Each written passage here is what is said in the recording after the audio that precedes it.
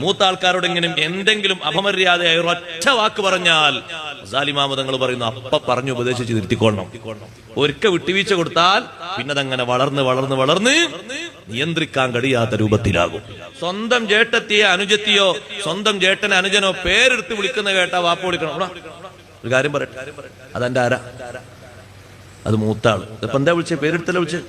മേലാലങ്ങനെ വിളിക്കരുത്. കാക്കാന്ന് വിളിച്ചാൽ മതി, താത്താന്ന് വിളിച്ചാൽ മതി. ഇനി അങ്ങനെ പേരെടുത്ത് വിളിക്കുന്നത് എന്റെ ശ്രദ്ധയിൽ പെട്ടുപോകരുത്, ഒരിക്കലും ഉണ്ടാകരുത്. ഉപദേശങ്ങൾ കൊടുക്കണം. ആ അനുജനെ വിളിച്ചിട്ട് പറയണം, മോനെ മൂത്താളാണ്, ഒരിക്കലും വിളിക്കരുത്. ജീവിതത്തിൽ അള്ളാഹു ബർക്കത്തെടുത്തു മാറ്റും. നിന്റെ മക്കള് നിന്നെ ഭാവിയിൽ ബഹുമാനിക്കാതെയാകും. മൂത്താളെ ബഹുമാനിക്കണം.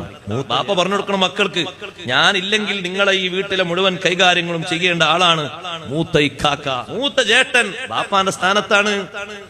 അതാരാ? മൂത്ത ജ്യേഷ്ഠനാ. മുന്നിൽ നടക്കാൻ പറ്റൂല, പിന്നില്